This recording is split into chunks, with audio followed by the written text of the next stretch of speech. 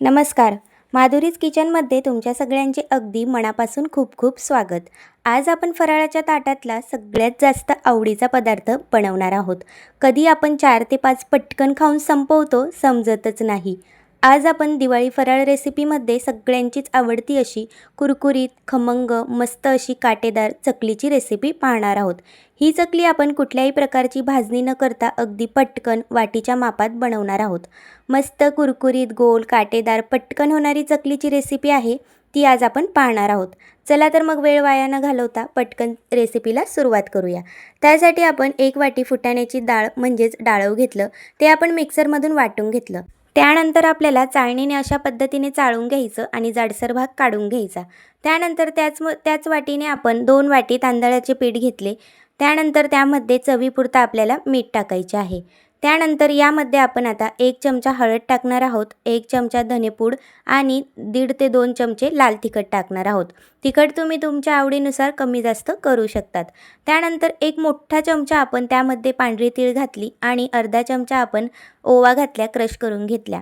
त्यानंतर 3 चमचे आपण पोहे खाण्याच्या चमच्याने तेल घेतले. ते तेल आपल्याला कडकडीत तापवायचे, यामध्ये टाकून घ्यायचे. त्यानंतर हाताने छान असं एकजीव करून घ्यायचं. मूड तयार होते अशा पद्धतीने आपल्याला सगळं व्यवस्थित एकजीव करून घ्यायचं आहे. बघू शकता छान मस्त असं एकत्र झालं. आता आपल्याला कोमट पाणी घ्यायचं. यामध्ये थंड्या पाण्याचा वापर बिलकुलच करायचा नाही. कोमट पाण्यानेच हे पीठ आपल्याला छान मळून घ्यायचं आहे.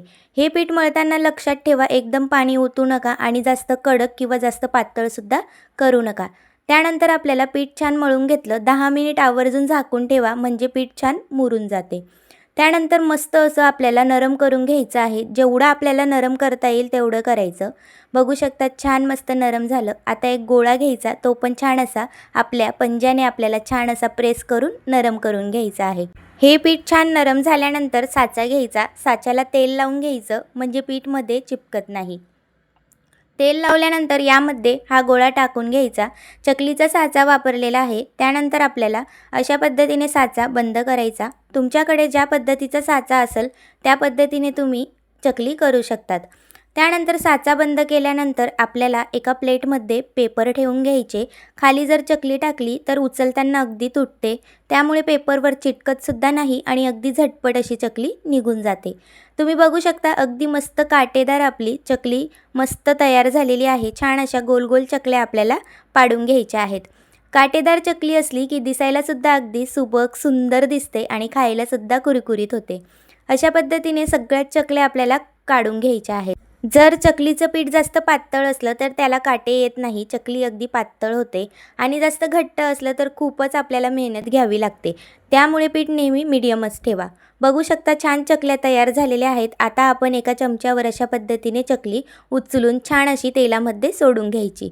आधी आपल्याला एकदम कडकडीत तेल तापवून घ्यायचं. त्यामध्ये अशा पद्धतीने सगळ्याच चकल्या सोडून घ्यायच्या.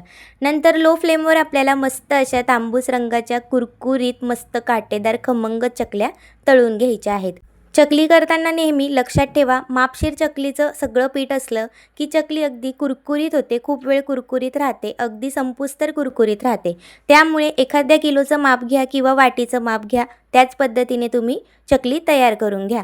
तुम्ही बघू शकता आज मी छोट्या वाटीचा वापर केला. तुम्ही मोठ्या वाटीने सुद्धा डाळव घेऊ शकतात. त्याच वाटीने 2 वाटी तांदळाचं पीठ घेऊ शकतात. अगदी छान अशा कुरकुरीत चकल्या आपण तळून घेतलेल्या आहेत. अगदी मस्त अशा चकल्या आपल्या तयार झालेल्या आहेत. अशाच पद्धतीने संपूर्ण चकल्या मस्त चमच्यामध्ये ठेवून आपल्याला झाऱ्यामध्ये छान ठेवून तळून घ्यायच्या आहेत. बघू शकतात अगदी मस्त चकली एकसुद्धा तेलामध्ये वितळलेली नाही किंवा तुटलेली नाही. अगदी परफेक्ट आपलं पीठ तयार झालेलं होतं. अशा पद्धतीने जर तुम्ही ही चकली बनवली तर अगदी दुकानासारखीच लागते. परफेक्ट चकलीची रेसिपी आहे. त्यामुळे ही चकली तुम्ही या दिवाळीच्या सणामध्ये नक्कीच ट्राय करू शकतात. अगदी मुलंसुद्धा आवडीने खातील. अगदी कुरकुरीत होते. अगदी नरमसुद्धा पडत नाही आणि थोडीशीसुद्धा तेलकट होत नाही. आज आपण चकली अगदी परफेक्ट बनवलेली आहे. मस्त गोल, अगदी काटेदार, कुरकुरीत, खमंग, दिसायलासुद्धा अगदी सुंदर दिसत आहे. तुम्ही बघू शकता छान मस्त चकली तयार झालेली आहे. अगदी खरपूस आहे.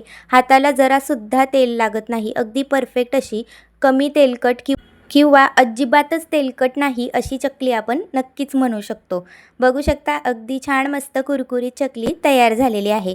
तुम्हाला भुगासुद्धा करून दाखवते. अगदी हातात पटकन असा भुगा होतो. जराही वेळ लागत नाही. अगदी कुरकुरीत मस्त अशी खमंग चकली झालेली आहे.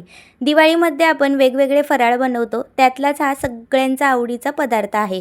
हा पदार्थ अगदी एक खायला गेलो की 4-5 पटकन कधी संपतात कळत नाही. त्यामुळे तुम्ही या दिवाळीच्या सीझनमध्ये किंवा या सणामध्ये तुम्ही नक्कीच ही चकली बनवू शकतात. अगदी झटपट होते मंडळी, पटकन होते. अगदी काहीही आपल्याला भाजणी वगैरे करायची गरज नाही. भाजणी न करताच अगदी झटपट होणारी चकली आपण बनवलेली आहे. दिवाळीचीच वाट का पाहायची, कधीही बनवून ही चकली आपण पटकन खाऊ शकतो. या दिवाळीमध्ये तुम्ही ही चकलीची रेसिपी नक्की ट्राय करा.